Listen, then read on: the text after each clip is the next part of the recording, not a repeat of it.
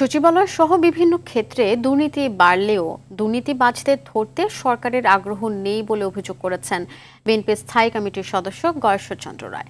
জাতীয় প্রেস ক্লাবে আয়োজিত এক প্রতিবাদ সভায় এ কথা বলেন তিনি। বিএনপি অন্তর্বর্তী সরকারের সফলতা চায় জানিয়ে রাজনৈতিক দলগুলো রাস্তায় নামলে ডক্টর ইউনূস স্থির থাকতে পারবেন না বলে সতর্ক করেন গয়েশ্বরচন্দ্র রায়।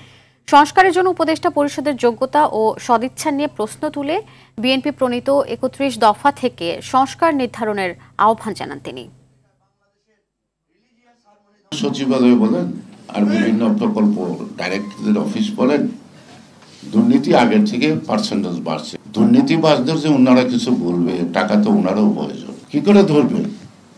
এক একজন এক একটা কোম্পানির দায়িত্ব নিচ্ছেন, তারা ঠিক বুক টান করে চলে। যারা হাসিনার সাথে শয়নে স্বপনে মরণের পরে নরকে অথবা স্বর্গে থাকবে, তারা তো আছে।